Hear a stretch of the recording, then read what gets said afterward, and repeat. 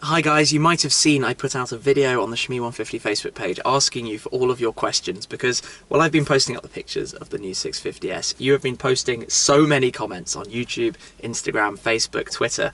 There just has not been a chance to keep up with it all. So finally getting you all to put it in one place, I decided to shoot a little FAQ, if you will, questions and answers, and get back to you on some of those points. And where I'm going to start with is the one that I've been asked hundreds if not thousands of times now, is am I going to wrap this car? No. It is staying Mantis Green. I love this colour. It is absolutely gorgeous. The new pictures I just shot with my friend Alex Penfold you might have seen on Facebook, it's stunning. It's definitely staying green. I might put a clear protective film so that when I do rallies and things I can save it from some stone chips, especially all the carbon fibre up front. So we'll maybe get it detailed up, looking spick and span, absolutely perfect, and then put some protective film on it to keep it looking nice. On the same sort of theme, changes to the car, you've all been asking me about exhaust, wheels, tuning parts and all sorts of other things. I might do things, nothing is yet planned. You know how this game goes, you look around, you inspect some options. Like, I love the sound the sports exhaust makes on this car. What I have, it's stock from the factory, but it's the sports option. Loads more pops on the 650S than the 12C had. So I'll probably, well, possibly stick with that. Maybe, we'll see. The same goes with the wheels and body kits. You know, I'm looking into some things, but I don't yet know what I'll do. So let's find some direct questions. So Will Tooley asked, did you consider purchasing another Aston Martin or the Huracan? Or was it an easy decision choosing the 650S? Well, I had such a great year through 2014 with the 12C.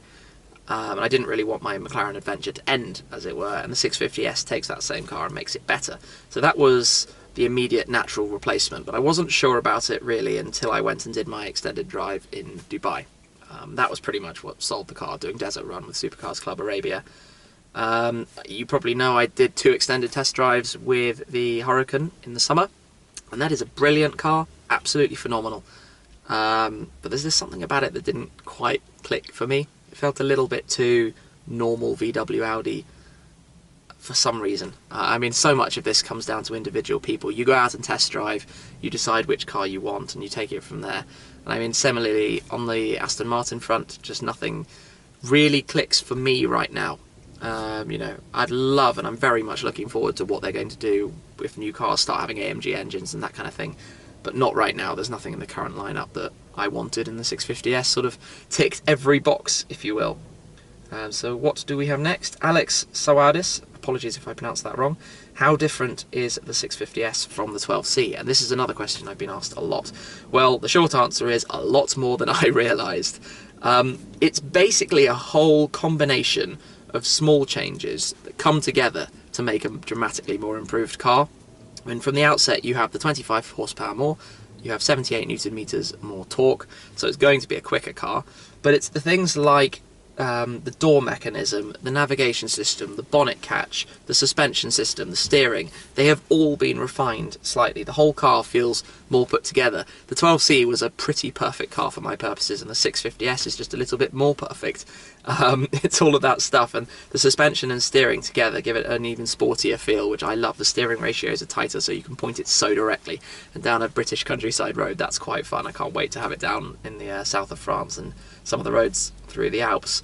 And then the suspension, it's a little bit softer on the really jarring stuff, so when you hit big bumps, but then when you are driving in a sporty setting, it's a little bit stiffer, which is exactly how you want it, and it's fantastic. I mean, the 12C was already brilliant. This is, like I said, a little bit more perfect.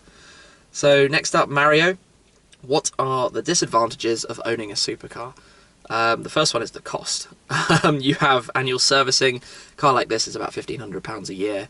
Insurance, of course, that depends vastly on where you are, how much you drive it, your age and stage and so on. For me, it's about £1,500, I think, for this car. What else do you have? Obviously, if, God forbid, anything ever happened, if you hit the front or, you know, a little crack in the splitter, it's carbon fibre, it's hilariously expensive, so let's be careful and hope we never get that wrong. But really, it's not that much more than your sort of premium German cars. You know, if you're going to run something nice, why not enjoy it? And the reason I, as many other people, work is to enjoy things we want to buy, or holidays or that kind of stuff. So for me, I enjoy working to be able to afford and run a car like this. So the disadvantage is definitely the cost. Sometimes there's some impracticality. For me, young guy with little, not much I need to do, and the ability to borrow cars if I need to from family or friends or whatever, I get by pretty much and haven't had any problem between this, the Abarth and the Morgan, which are all pretty impractical cars, to be honest. In fact, the 12C Coupe was probably the most practical of the 3 cars I had, which is a bit silly, but there we go. Then what do we have? Oh yeah, tons of you have asked, am I getting a McLaren P1 next? I wish. There is a very, very big price leap from the 650S to the P1. It is literally, well, current market used values, probably 5 or 6 times as much money for the P1. So unfortunately, that's not about to happen as much as I would like it to. So guys, less of the P1 chat, because I'll only disappoint you when it doesn't. Let's enjoy the 650S for now and see what happens in due course. So next up, Chelsea Singh. Can it throw flames from the exhaust? Yes. I think the 12C did more. You probably remember driving on mountain roads in the warmth. That just spits blue flames, or the track video I did at Yas Marina last year. That was awesome. 650S does do flames. I think not quite as much, but we'll find out during the year and hopefully get a video of that.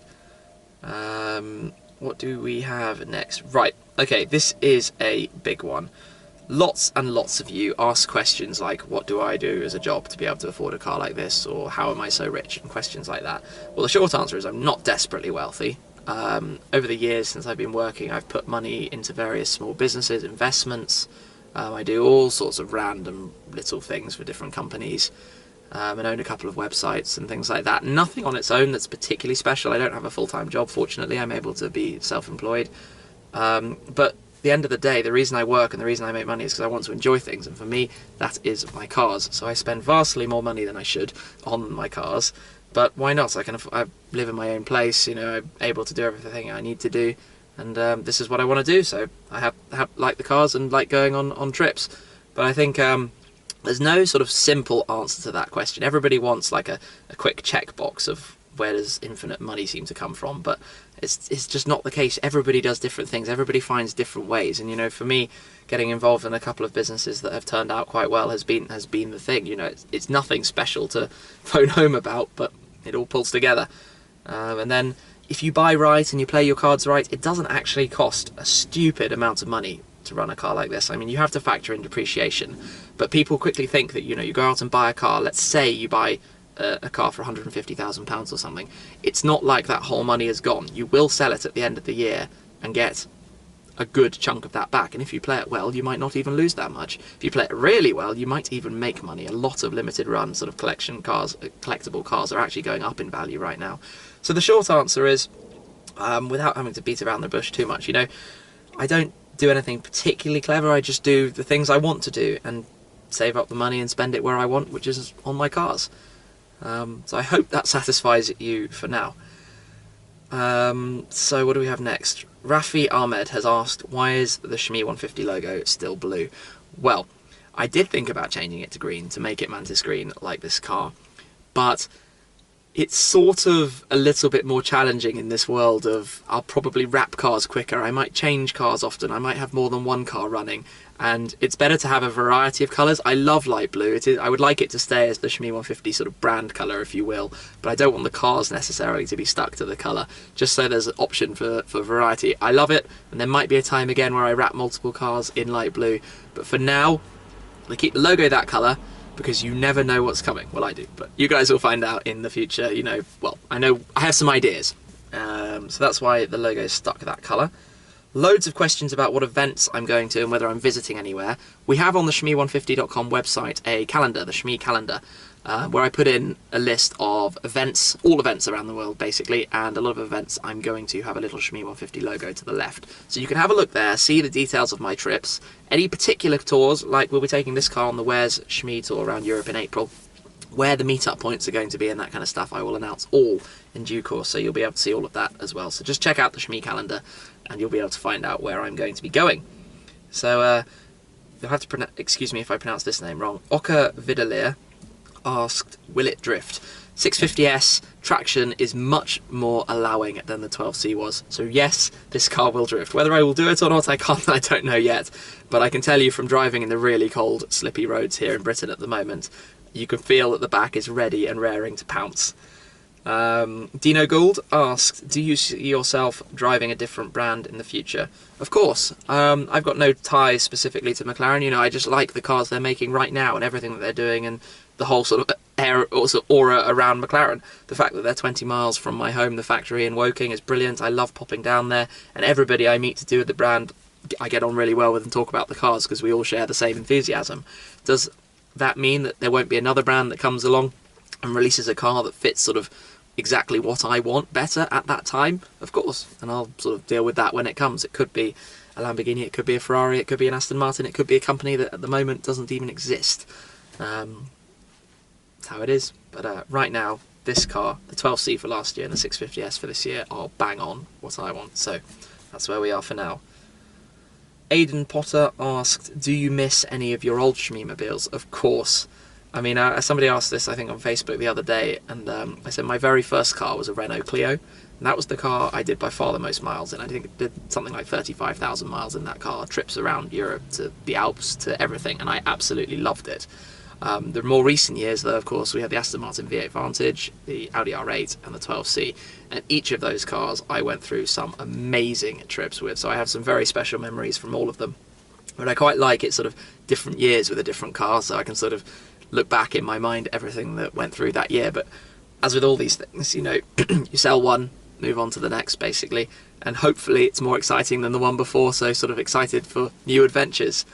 But I'm trying to think, sort of, I like the Aston a lot.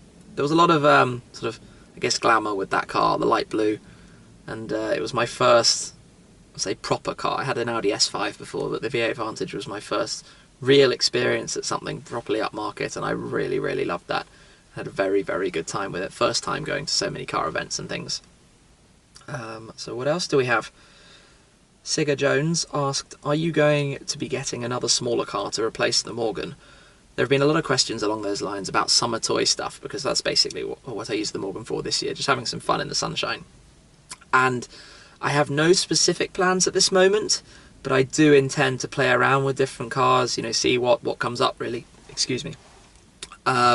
So watch this space. There might be something. There have been people asking, am I going to get an Aerial Atom, a KTM crossbow, and loads of other things. And I might. You never know. Right now, I'm going with this car. This is one down. I might pick up something else in the not too distant future, so watch that space.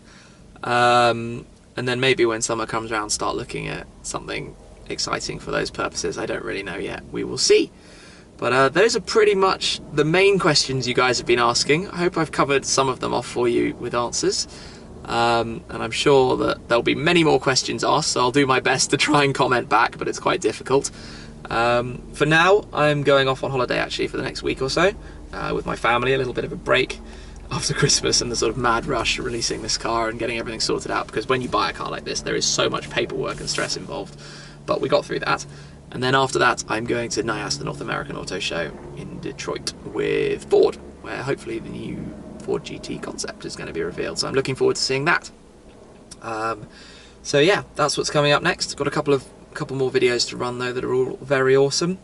And like I say, I will do my best to keep replying to all of the comments and everything. But do remember that I receive thousands, probably thousands every day. So it is quite hard to keep in touch, although I do my best, especially when I'm off on road trips. But yeah, thank you very much for watching. Hope you've enjoyed and listening and hearing some feedback on some of that stuff. And I will catch up with you again very soon. Cheers. Inside the showroom window, you can see exactly what we're here for. Visually, we've got the carbon fibre exterior pack, so the front splitter finished in 650S t-shirts already made, including the lime green.